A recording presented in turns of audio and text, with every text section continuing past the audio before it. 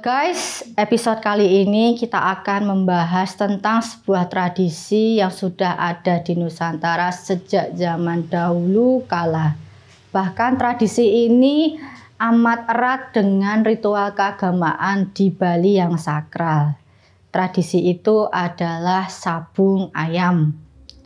Saya pribadi pernah melihat sabung ayam saat berusia 4 tahun dan tempatnya itu hanya beberapa meter dari rumah saya.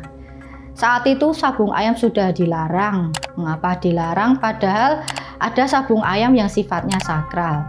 Sebelum melanjutkannya, terlebih dahulu saya ingin menjelaskan sejarah awal mula sabung ayam yang ada di Nusantara. Jadi gini loh guys.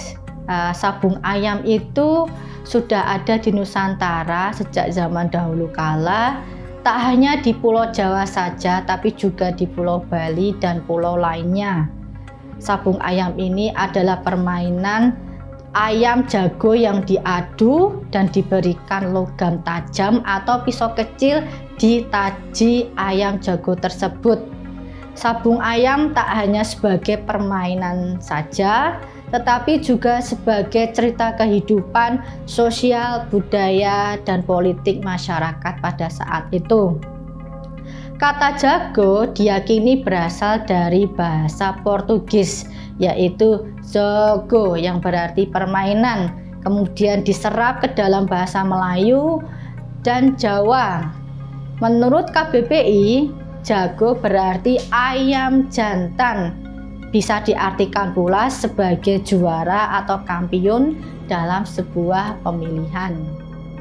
Permainan sabung ayam yang ada di Pulau Jawa sudah ada sejak abad 8 dan 11. Hal ini bisa kita lihat dalam folklore atau cerita rakyat.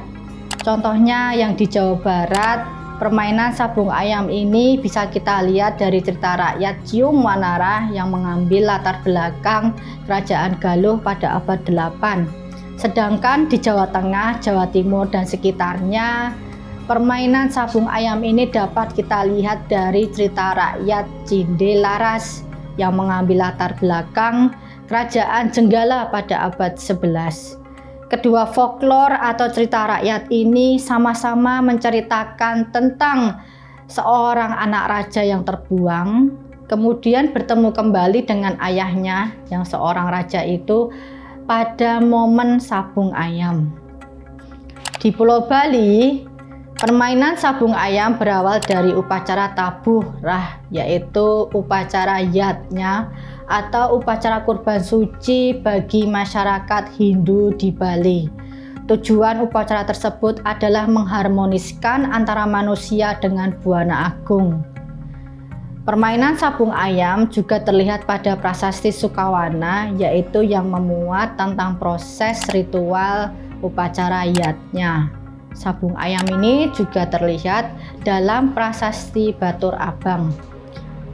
Permainan sabung ayam dalam tabuh rah bukanlah tujuan utama, tapi hanya menjadi salah satu cara untuk menabuhkan atau menuangkan darah ke tanah.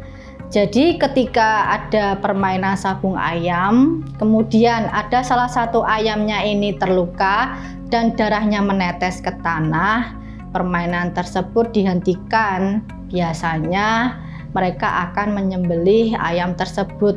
Jadi itu hanya formalitas, guys.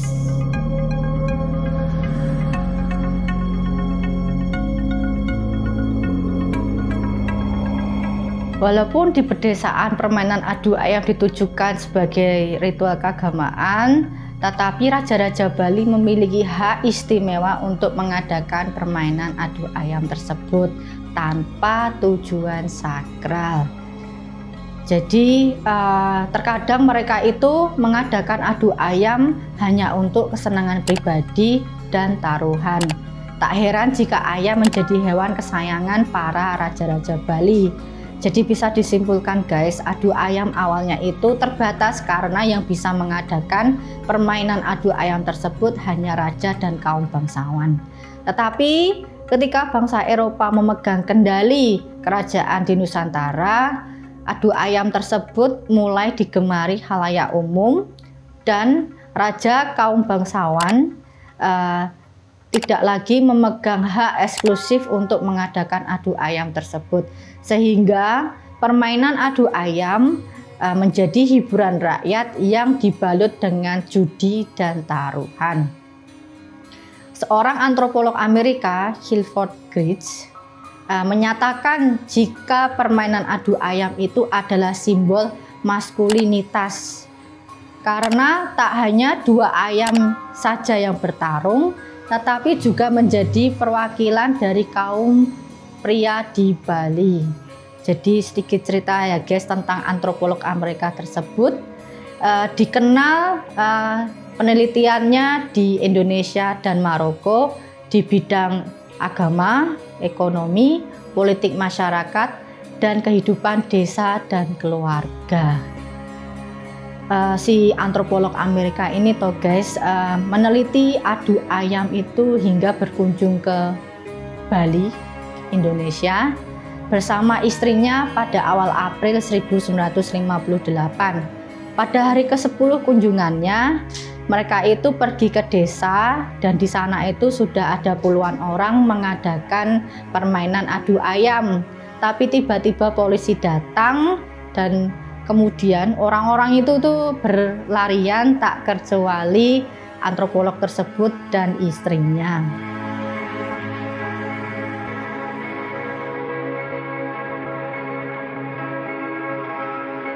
Permainan adu ayam tak hanya lekat di Pulau Bali saja loh guys, tapi juga di Tanah Bugis.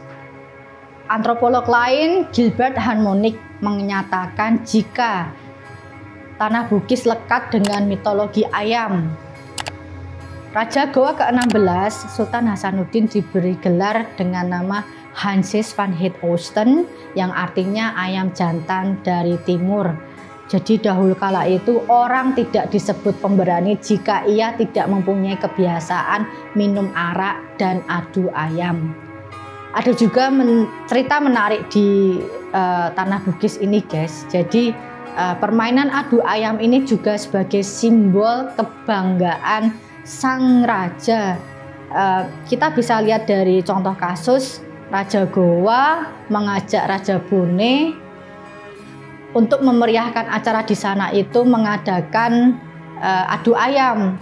Singkat cerita, ayam Raja Goa ini kalah dengan ayam Raja Bone, sehingga Raja Goa ini kehilangan 100 kati emas yang sebelumnya dipertaruhkan.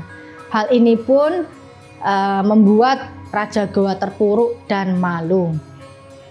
Permainan adu ayam juga terkenal di Pulau Jawa loh guys. Contohnya di awal abad 20, permainan adu ayam atau sabung ayam ini menjadi hiburan masyarakat karena yang mengadakan dari kaum bangsawan hingga rakyat jelata.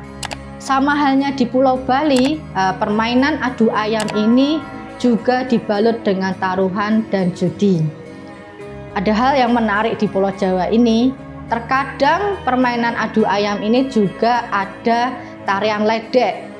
Itu diadakan setelah atau sebelum permainan adu ayam tersebut. Hal ini pun saya torehkan dalam novel karangan saya yang berjudul Hari Pelarian.